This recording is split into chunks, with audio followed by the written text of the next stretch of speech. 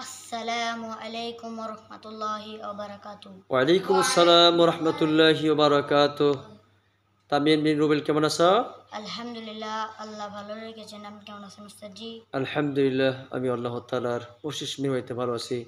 কোথায় পড়ো তোমার? কায়দার 10 নম্বর পৃষ্ঠায় মাদের উচ্চারণ আমার পড়া। মাশাআল্লাহ। মাদ অর্থ কি? লম্বা করিয়া পড়া, টানিয়া টানিয়া পড়া।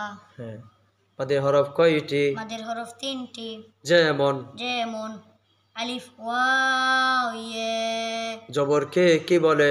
জবরকে হরকত বলে। হরকতের উচ্চারণ? টানিয়া পড়া যাবে না, তাড়াতাড়ি করিয়া পড়িতে হইবে। তাহলে জবরের বাম পাশে কি থাকে বলতে হবে?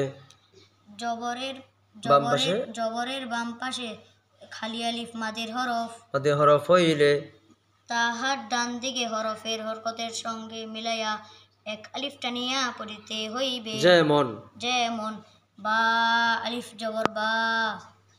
পেশকে কি বলে? পেশকে হরকত বলে। হরকতের উচ্চারণ?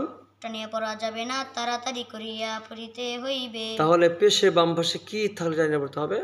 পেশের বাম পাশে যজমালা ওয়াও মাদের হরফ। মাদের হরফ হইলে তাহার ডান দিকে হরফের হরকতের সঙ্গে মিলাইয়া এক আলিফ টানিয়া পড়িতে হইবে। যেমন যেমন বা, ওয়াও পেশ বু।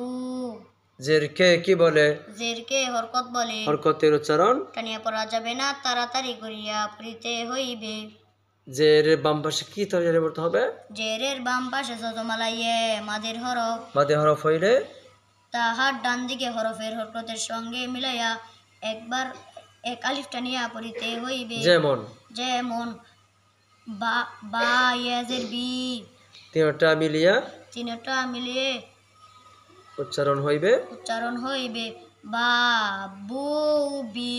মাশাআল্লাহ। আমরা তাহলে এইভাবে মাদের উচ্চারণ টানিয়া পড়বো ইনশাআল্লাহ। আল্লাহ আমাদের সবাইকে সে তৌফিক দান করুন। আল্লাহুম্মা আমিন। আল্লাহুম্মা আমিন।